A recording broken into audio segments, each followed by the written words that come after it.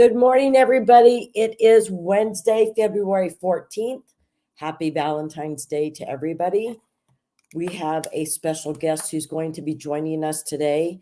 It is Angel Brother Jody Jones, and I've become very good friends with him.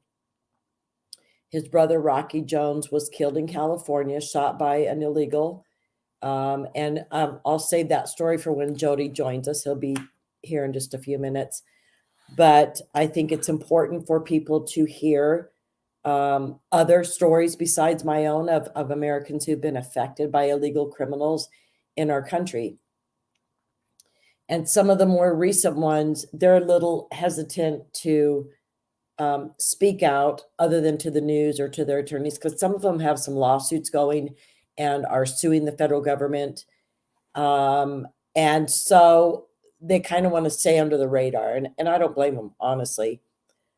So, but it'll be interesting to hear from Jody, because this was back in 2019, 2020, because he was President Trump's guest, Jody was, at the State of the Union address that year. And I was also a guest of Arizona Congressman Andy Biggs that same year. And I remember seeing him across from where I was sitting, and he stood up when President Trump acknowledged him and tried to get to him, but it was a lot of chaos and mess there that night. So I wasn't able to get to him and introduce myself to him then. But as I said, we've become good friends since. He's got a podcast in California on iHeartRadio on Saturdays, the Jody Jones Show. And you guys need to start tuning into that, because he talks a lot about California politics and what's going on over there. So he is backstage. Let me see. Jody, can you hear me? I can hear you. Can you hear me? I can hear you, but we can't see you. Yeah, I don't know. I guess I'm having some problems with my camera here. Okay. Let's see. It doesn't give you the option if you, like in the picture, to mute yourself, or there's three little lines. It is. It's just not. I don't know what's going on with the camera. Let's see. I'm working on it. We're having technical issues. Well, so I was explaining a little bit. I didn't go into much detail about your brother Rocky's death there in California. It was 2020, wasn't it? Or was it 2019? 2018. 2018. Yeah, 2018. Wow, I was off by a couple of years. It was 2020 that I saw you at the State of the Union. Yes. Yeah. Yes. President Trump. Some of the people that was. Oh, hold on. Did I get it? No, darn. So, yeah, I was invited to the State of the Union in 2020, but it actually happened in 2018. So let the viewers know what happened to Rocky. What was the tragic story? Because this criminal illegal had actually been deported twice before killing your brother. Yeah, he actually did. He actually did some state time or federal time. The second time he got right before he got deported.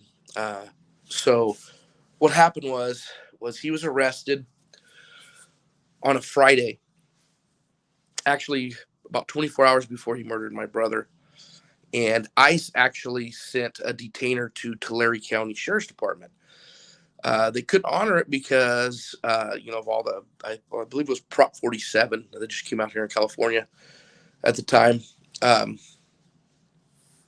It basically says that you need a federal warrant to detain an illegal, to have them deported no matter what. And because of Prop 57, all the resentencing, the crime that he was arrested for was now a misdemeanor. And he was literally only held for like 4 to 6 hours. And they had to release him. So we have a great sheriff here in Tulare County, Mike Boudreaux. He's a big advocate for, stopping the invasion that's going on right now. He's a big voice, very loud voice. But his hands are tied too, as well, when it comes to that the laws that are handing down by California. So due to all Well, that, it's nice to know that we've got some sanity there in California. yes, How how how they can't get anything done is another story, but there's hope, right? There's oh, people in California who understand what's going on is wrong. absolutely. So you were mentioning I have a radio station here in the San Joaquin Valley. It's on Power Talk. Here locally, it's AM 1400 and FM 96.7. But you can reach my podcast on iHeart Media if you download iHeart and you just type in the Jody Jones Show. I'll come up and you could listen to any of my past podcasts. I'm on every Saturday at 11 a.m. So if you want to listen to me live, you would go to Power Talk. And you would be able to listen to me live. But other than that, you would have to do, if you want to, like during the week or something, listen to me. What I try to talk about is, kind of what's going on, kind of what you do. I have a lot of politicians on my show, and we talk, and there's a lot of good new. I call them the new breed of compassionate conservatives. They are. They're young and they're bringing in new ideas, and I think those people infused with some of the older ones, um, I think will start changing a lot of. I know laws here in California. It's just there's a super majority here in California, in our government. And unfortunately, everything's controlled by L.A., San Francisco, uh, San Diego, and but we have a lot of good new blood coming up, and I believe they're going to win these elections. So because Really? everybody's kind of waking up and pulling their heads out of the sand, because that's the big problem that the conservatives have right now. They just want to be left alone. I know, because I'm one of them, and until my brother got killed, I had my head in the sand, and it's kind of like, you know I just wanted to be left alone. I worked, I paid my bills, and I went on with my life. But Yeah. unfortunately, there was a lot of evil going on behind the scenes that we really didn't understand. But it's all rearing its ugly head now, and we're seeing it every day. So, And until you're affected personally, you do not understand the nefarious goings on in the government and how it used to be so well hidden. Of course, now they just do it out in the open because they don't even care. But I'm right along with you, Jody, because I think people across this country, whether it's in the blue state of California, when you start getting affected, A, with your wallet, and B, with the amount of crime that are being committed by illegal criminals in our country, you start waking up, right? 100% correct. Yeah. 100% correct. So, and a little further on that is, people think that law enforcement and the police officers and the sheriff's departments and our ICE agents are the ones that's not detaining these people and not doing their jobs. It's really not them. It's our lawmakers. Our lawmakers are tying our law enforcement's hands every day, and you hear every day that our law enforcement. So you have police chiefs and sheriffs and ICE agents and everybody just pleading for help, and that shows you that it's the leadership and it's the lawmakers, not the where the rubber meets the road. Where the rubber meets the road is our law enforcement officers, our agencies that's actually trying to make our communities safer, and our lawmakers, especially here in California, every which way, on every turn, it's just every law that come out, it just protects these illegal immigrants or just criminals in general, and it's very disheartening. Tired of it, and that's why I'm fighting, and that's what I'm fighting for. I'm fighting for our communities, and I'm fighting for the American people. Right. And what a lot of people don't understand is, a local police department, like, the City of Mesa Police Department here in Arizona, they get their orders from the mayor and the city council. And that's the way it is in most major cities or towns that have a police department. And so people have to be very careful who they are voting in as their mayor and their city council, because they will be giving their activist type directions to the police department and how they want them to run. So if you've got a mayor or city council members that are a little sympathetic to the illegals, that could be an indication that sanctuary policies are going to come down the line, and they're going to be directing the police department to be a little more lenient with these illegal criminals. Now, sheriffs, on the other hand, are elected by the American people, and they are the last line of defense in the United States. And everybody needs to get to know their sheriff, their local sheriff. You need to find out what their policies are, because, those are supposed to be bipartisan type elections, but you need to have a sit down with them. You need to look on their websites. You need to find out what they're about, because they're going to be the last man standing. And that's where, a lot of action can be had. That this National Sheriff's Association, you've got a lot of great sheriffs across this United States who stand up for the rule of law, who stand up for the Constitution, who want the 287G program, to where local law enforcement cooperates with ICE and deports these illegal criminals after they've served their sentence for a crime they've committed. And you and I were having a discussion about that great sheriff there in California, who's very sympathetic to your cause and your family's tragedy, and how he's being so wronged by the media and the opposite party attacking him, right?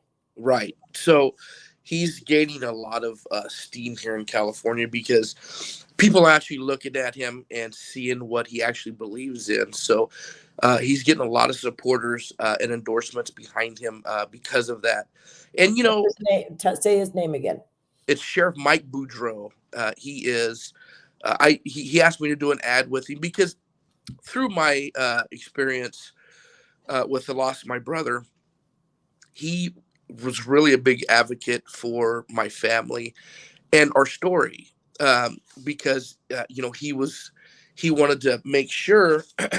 So there was one incident where it was about 2 weeks after my brother was murdered. Family was at church, and he called all my family up and prayed with us, and had the whole church pray.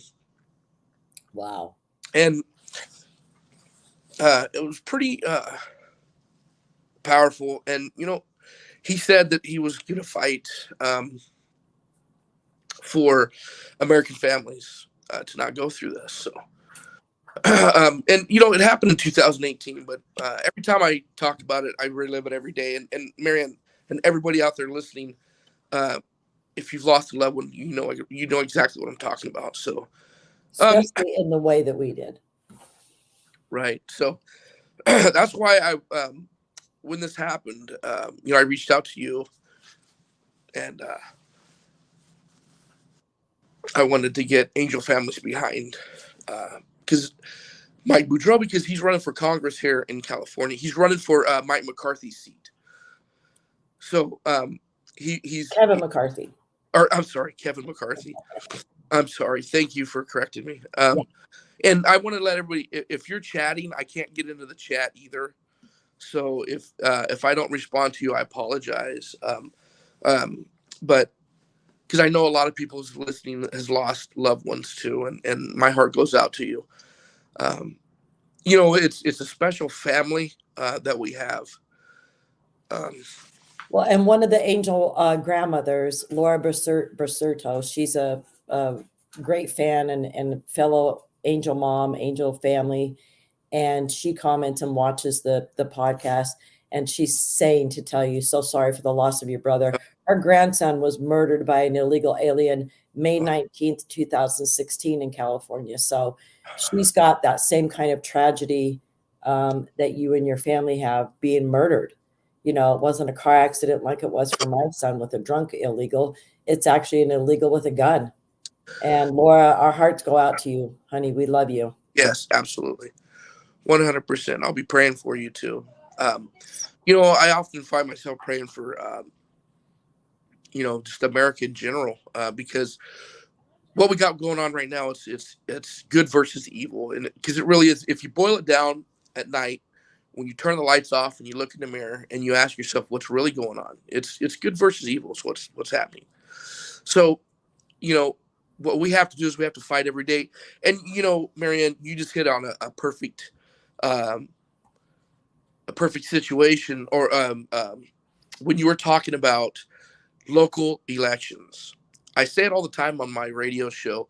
You know, just go vote, because what's happening now is Republicans and conservatives, we're not going out and not voting, and it's like I don't know why, and it's like, Well, when I'm door knocking, folks don't, Jody, they think they're I'm door knocking to get signatures on petitions to get on the ballot. And a lot of people, a lot of disgruntled Republicans who couldn't stand Trump and re-registered as independents. In my legislative district where I'm running, we have more registered independent voters than we do Republicans or Democrats. right. And a lot of them say, we're just sick of the politics. Well, if you're sick of the politics now, wait to watch what happens when you don't get off your duff and go vote. Well, here's what I say, and this is my message to everybody. Elections are not just for federal elections. It's for local politicians and your local offices, that you have to keep these people in office that are going to, advocate for you, because that's where the rubber meets the road, is our local offices, is our supervisors, our mayors, our sheriffs. That's who we need to vote for. If we come out and vote, we will win. We're losing because people just don't vote, because they think their votes don't count, and they really, honest to God, do. Yeah. Well, and just hearing Jody say that he endorses Mike Boudreaux, right? Yes, Boudreaux, yes. Boudreaux. Understand that it takes a lot for angel families to do that. And as an organization, we can't endorse, but as individual voters, and we can endorse these candidates, and it takes a Right. lot for us to do that. And understand that if we're endorsing them, it is pretty much saying that these people are solid on border issues and solid on working on legislation and making sure that illegal criminals do not get the upper hand in the United States. Correct. Yeah. Yeah. So I know Mike personally. I'm helping him as much as I can. And what district is he, or what district is it? I know it's Kevin McCarthy's district, but what district is it there in California? I believe it's district.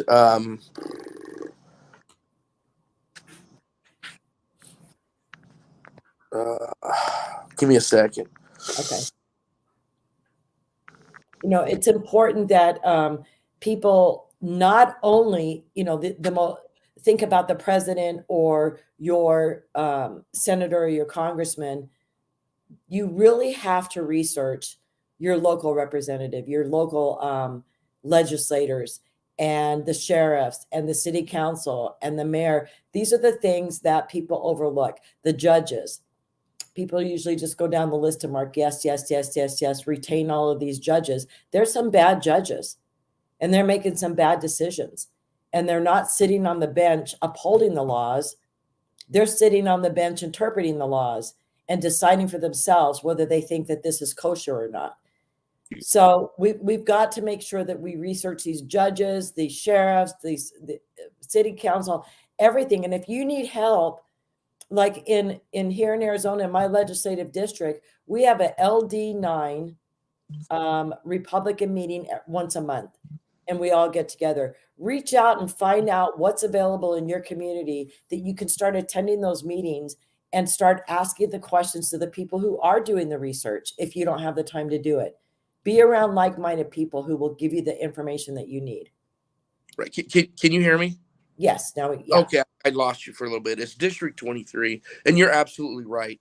Know who you're voting for.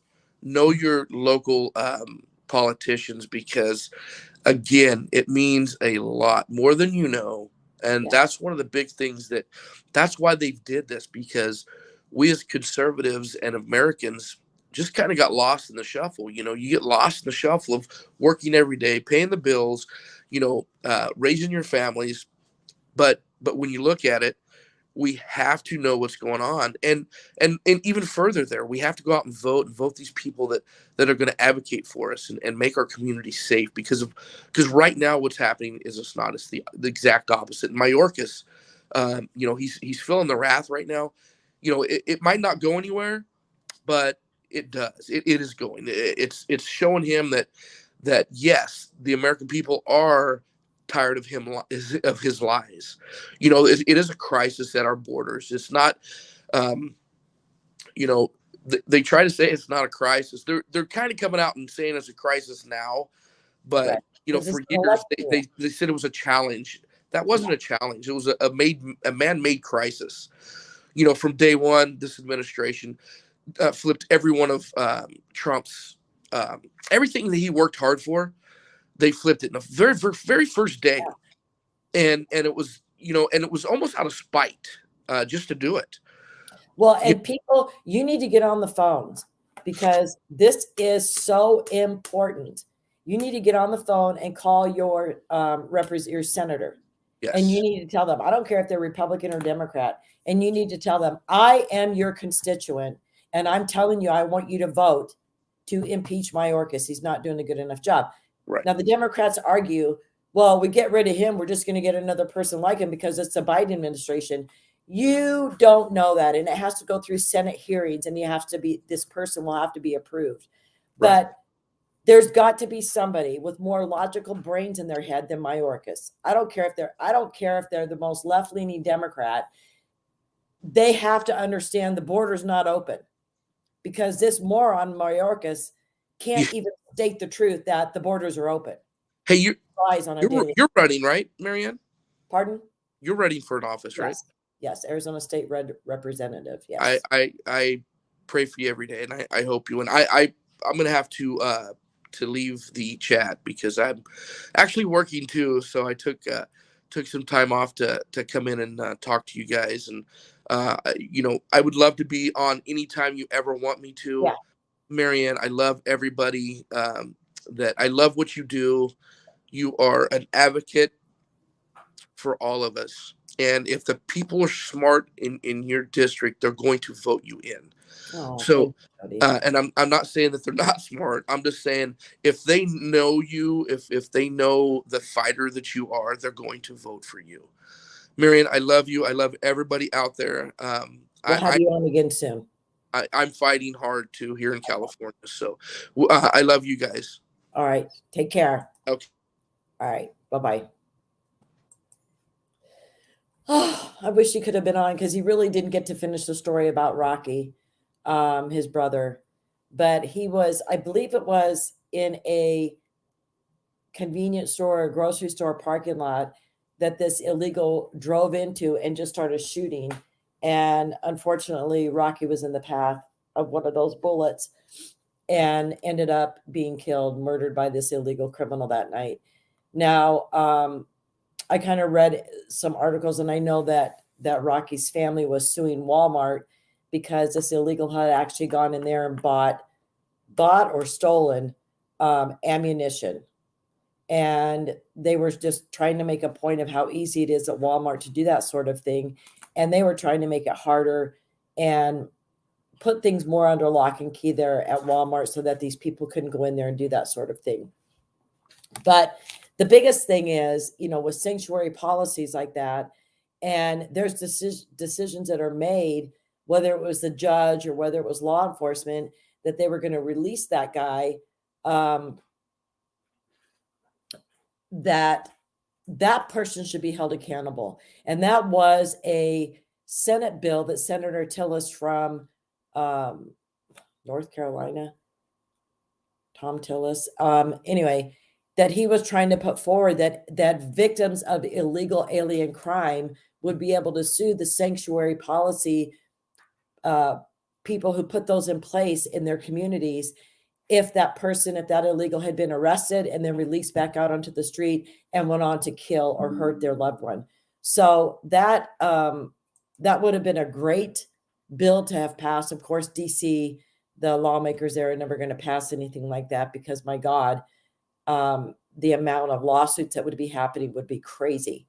But the funny thing is, and this was even going on back in the Obama administration when my son was first killed, that you had illegals, filing lawsuits against the United States if they were hurt at the border or something had happened, during their trek or when they were being transferred or whatever.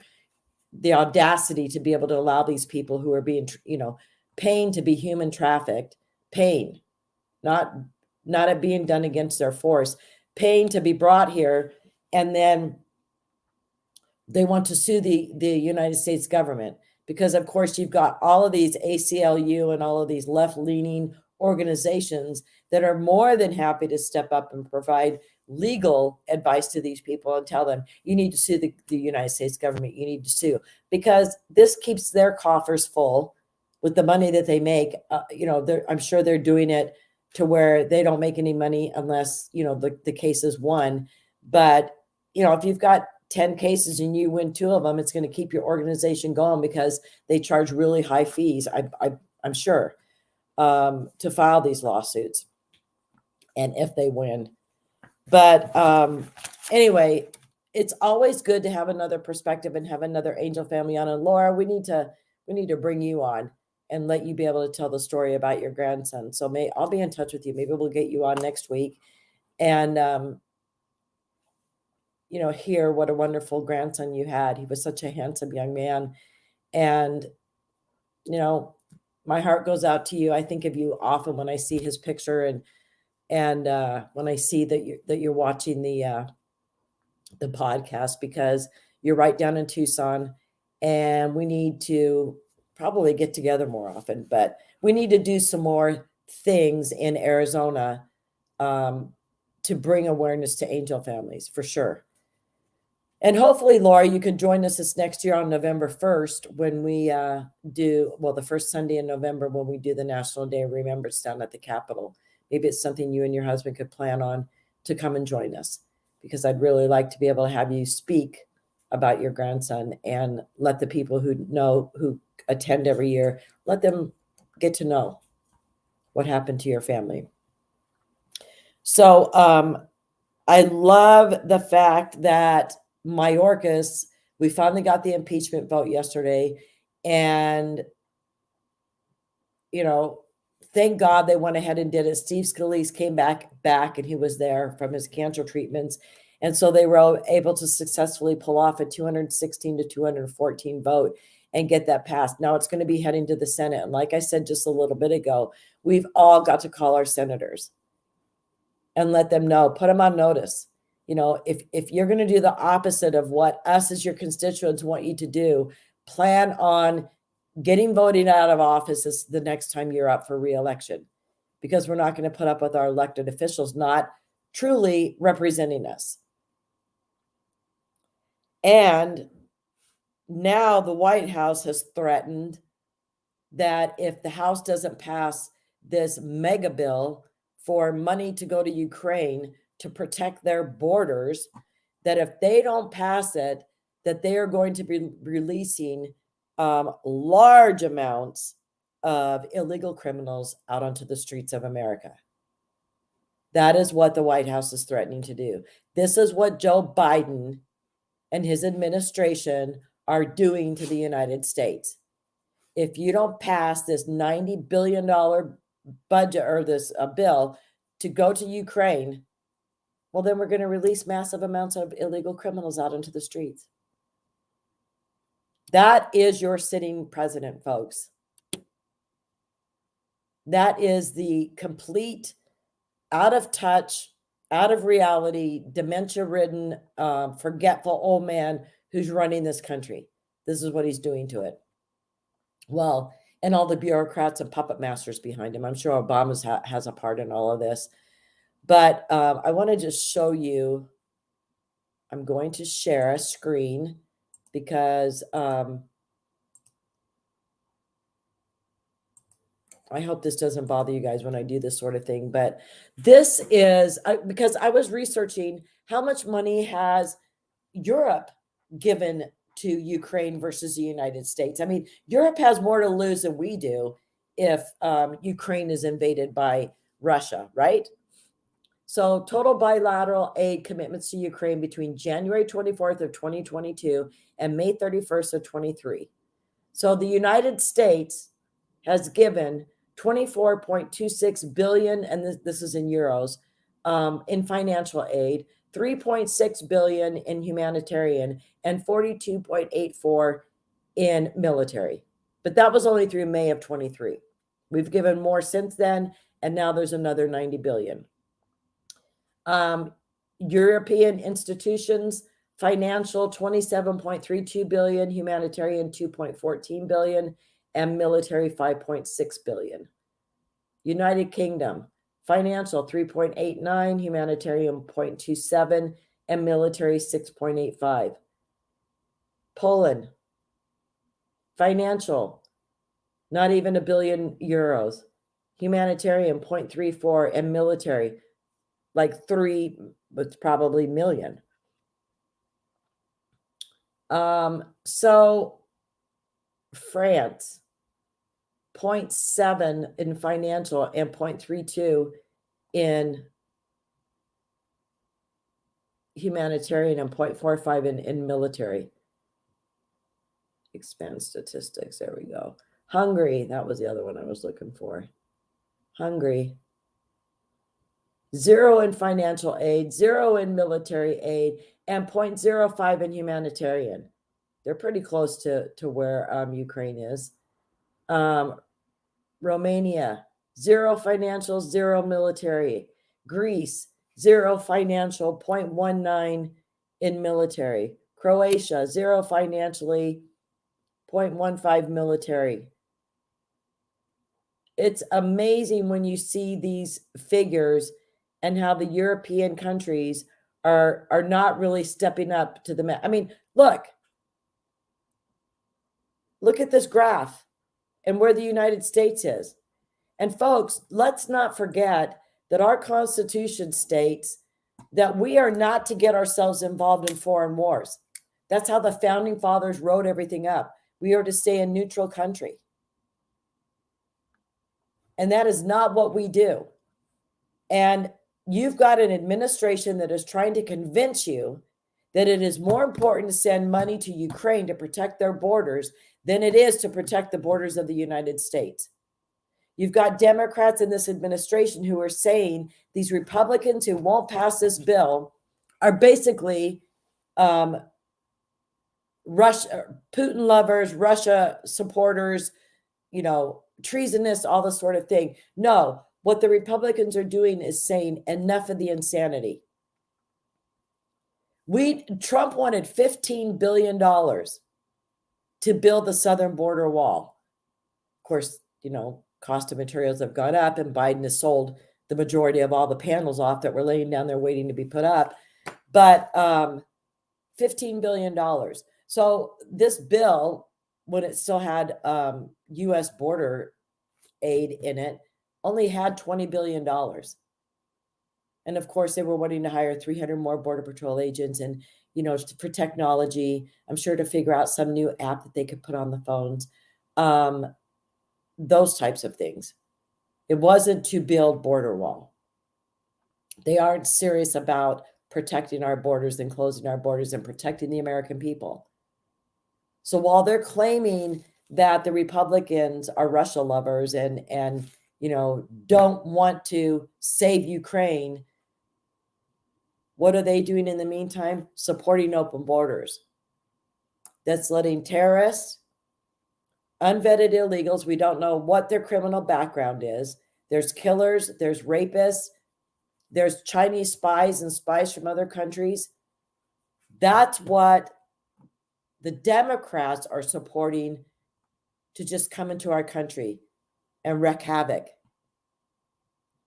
Look at the crime. Look at the Venezuelan crime rates that are going up in New York City.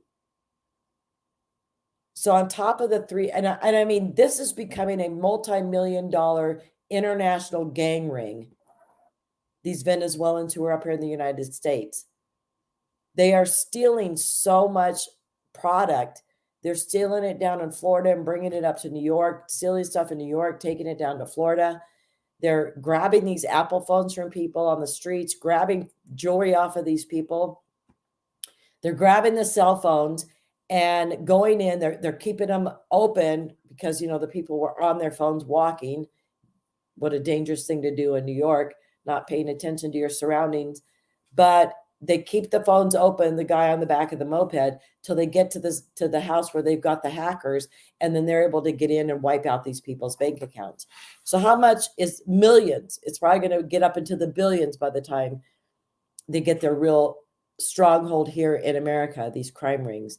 So you not only have, and I've been saying $351 billion to support the illegals in the United States.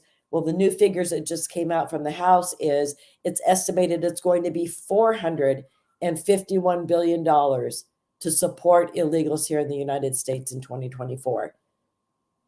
Over $774 billion will leave our economy in remittances that these illegals send home to their families.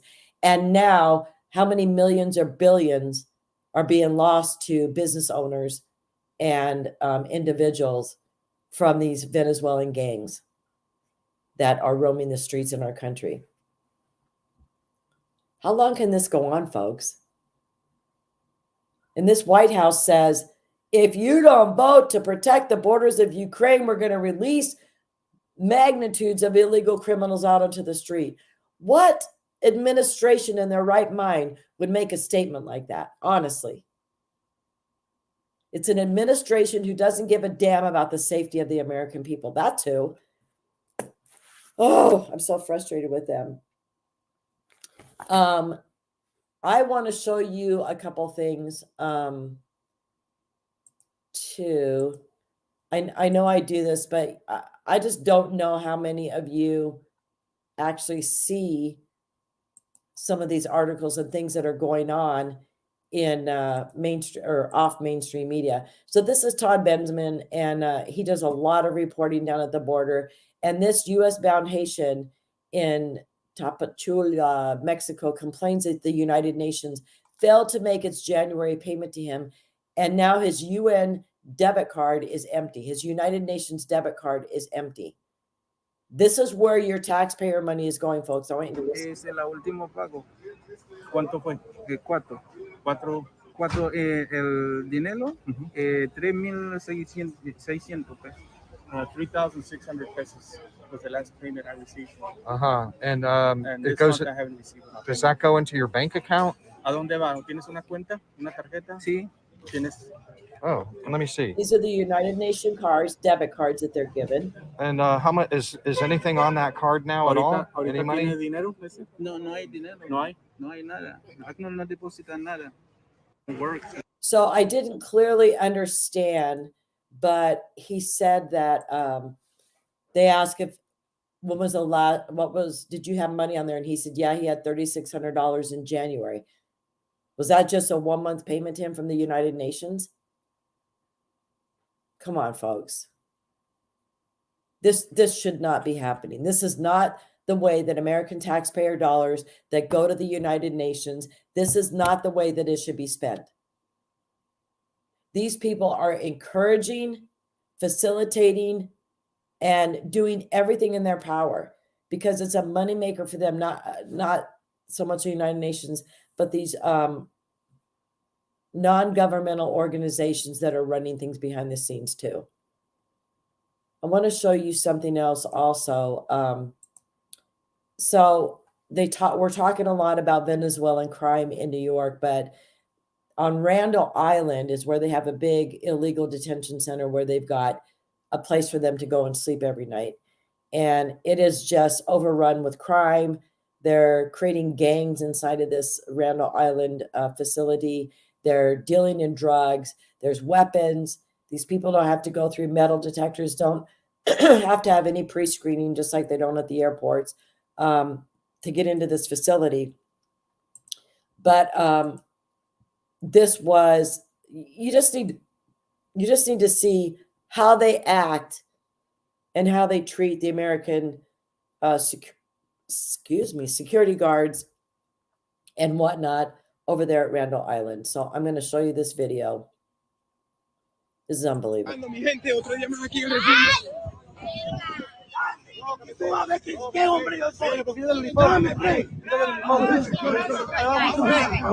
Esto es una plena discusión en un center de aquí en Nueva York. Si tú eres hombre, pasando respeto cuando yo estaba llorando la muerte tuya y todo. Pero tú eres hombre, ¿verdad? Tienes que entenderme que yo te nada. ¿Y qué yo estaba haciendo? ¿Qué yo estaba haciendo? ¿Ok? Me van a sacar a mí con mi mujer. Ahora lo van a sacar. No, tú te sacaste conmigo. Tú te sacaste conmigo. Seguimos aquí grabando, mi gente. These people come here so entitled. They come here thinking that they're owed everything. And, you know, when they're coming from Venezuela and other socialist countries, the government has always provided for these people. And so they come here with such a sense of entitlement. And as they're on their trek, they're getting these Visa cards that they're having money put on them every month so that they're able to comfortably make their way up to the United States. And then they get here. Did the payment stop because they've made it to their destination? They've made it to the place that the United Nations wants them to go to and create havoc and unsettledness. Then the money stops, and then these people become desperate because they're thrown into these illegal, not detention camps, but encampments, you know, to where they've got a place to stay and they're out of the elements. This is just like a boiling pot of hot oil that is going to just burst over the seams and burn so many people in its vicinity. These people expect everything for nothing. When are people going to wake up and realize this? It's absolutely crazy. And here's another great one. We've got the feds nab Afghan illegal immigrant who was on the terrorist watch. His name appeared on the terrorist watch on February 5th after he crossed the southern border illegally into California, according to an internal federal memo exclusively obtained by the Daily Caller. Afghan national Arif Tanha was a positive match on the terror watch list as a known associate of a terror organization. The DCNF has recently reported on an influx of terror watch list individuals crossing the U.S.-Mexican border illegally, some of who have been released from federal custody for periods of time. So they arrested this guy in California's San Diego sector at the Jacumba Hot Springs and determined that he was a positive match on the terror watch list. While the memo didn't disclose which terror organization he was allegedly associated with, the illegal immigrant denied ever having connection with Al-Qaeda or the Taliban.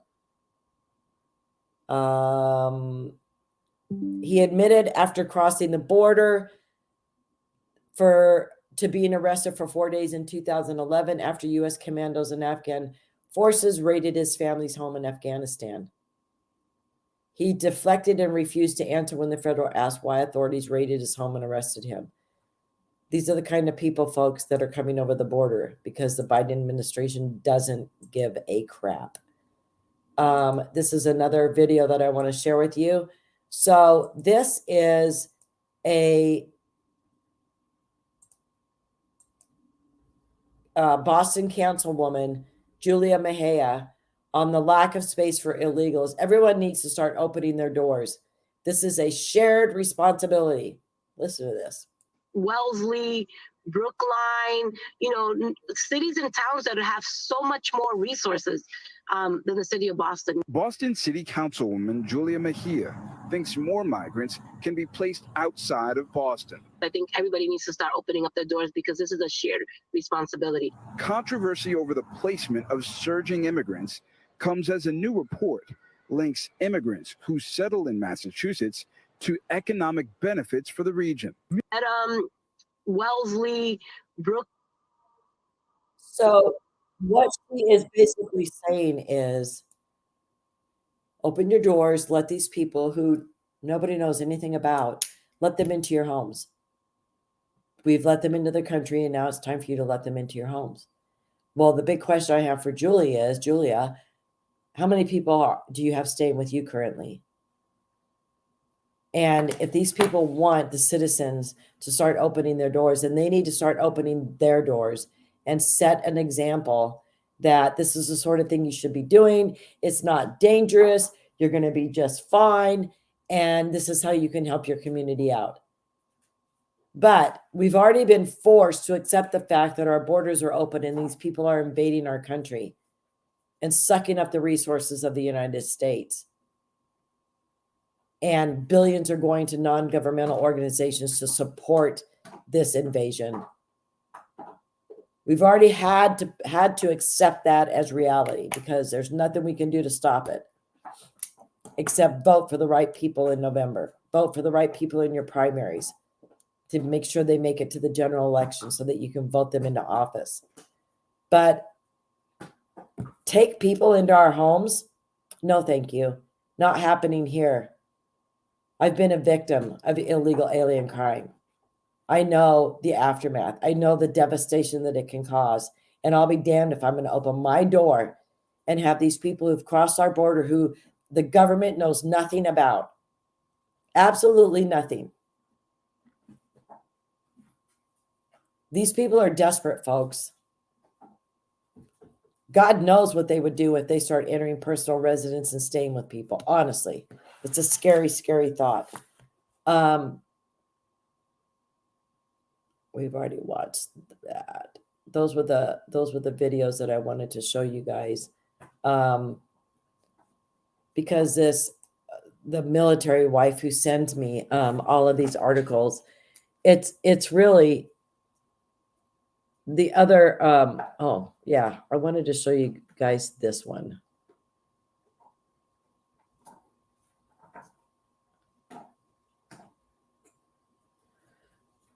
Oh, first of all, there's a couple of them that I want to show you. So the ER of Baltimore arrested Guatemalan non-citizen convicted of human trafficking, prostitution offenses in Maryland. This was just February 12th, so 2 days ago. So they arrested this illegal Guatemalan who was convicted in 2018 of prostitution and human trafficking charges. Deportation officers with the ER of Baltimore Fugitive Operations Team apprehended the 39-year-old on January 26th during a traffic stop. So he has made a habit of breaking our laws and victimizing our residents. Through his actions, he has forfeited his right to enjoy the freedoms that this great nation provides its people. Baltimore ERO says they will continue to apprehend and remove the most dangerous non-citizens whose actions violate our Maryland laws and our national immigration laws. Yeah, well, I wish, across the country we could count on them to do that, which they won't do. And that's a sad, sad reality. But there was one other thing that I wanted to show you. And this is really, really a scary, reading this kind of like really put me on edge because the deadly alliance brewing between MS-13 and bloodthirsty Venezuelan Trendiar Aragua gang behind New York cell phone robberies, FBI fears. So they're saying that the brutal Venezuelan gang that has used the border crisis to set up in New York has joined forces with the feared MS-13, a senior FBI agent has told the Post.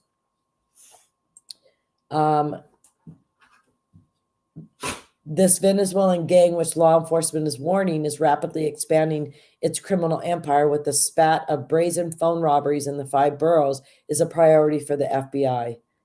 The special agent in charge of the El Paso division in Texas says the agent is closely monitoring the Venezuelan gang's growth and is concerned about it forming alliances with existing networks. MS-13 and other gangs could become temporary allies and said the FBI is actively sharing intelligence about the Venezuelan gang. So MSN gang members, such as the leader, Almer Canales Center, could team up with the Venezuelan gang that has embedded itself with the surge of migrants crossing the southern border.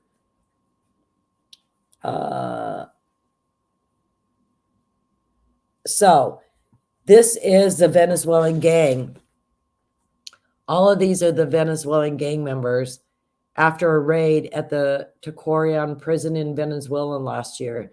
Dozens of gang members escaped and made their way north to the U.S., embedded with groups of migrants. So, yeah, I mean, you guys, these people have no regard for human life. They are, MS-13 has beheaded people. They have these teenage MS-13 gang members who take, American teens out into the woods in their areas and kill them. They have no regard for human life. And so we've really got to keep an eye on this. How serious is the FBI about doing something about this? I don't know. It's really something that could become a dangerous situation here. Basically, we're going to have cartel-like gangs in the United States. Robbing, probably they're going to end up dealing in drugs. Probably they're going to end up in dealing with prostitution and sex slaves. And they're going to be involved in murdering American citizens and probably rival gang members. But this type of crime is really going to get on the rise, and that's a scary thing. So today's show is coming to an end. I don't know what we're going to talk about tomorrow. I got a couple people that I'm still trying to get in touch with to see if they'll be on the show tomorrow. I want to thank Jody Jones for joining us today. I am going to get a hold of Laura Bracerto down in Tucson and get her on here next week. And hopefully I'll be able to get a hold of some of the other angel moms and angel families and have them come on and join me and tell you about what their life has been like in the aftermath of losing a loved one to an illegal criminal. Like I said, the newer people who've been affected just aren't willing to come up and stand up and talk about this sort of thing. And that's unfortunate because America seems to think it's just a small group of us who've been affected by illegal crime. We're actually a very large network, and it's getting bigger every single day. And when you add in the fentanyl poisonings that are happening, those are considered angel families also. And so we're adding 130,000 more members a year to our organization. Pretty sad and sobering statistics, folks. I hope you all have a great evening, and we will see you tomorrow here at 11 o'clock Mountain Standard Time, the Cactus Conservative. Thanks for joining us today.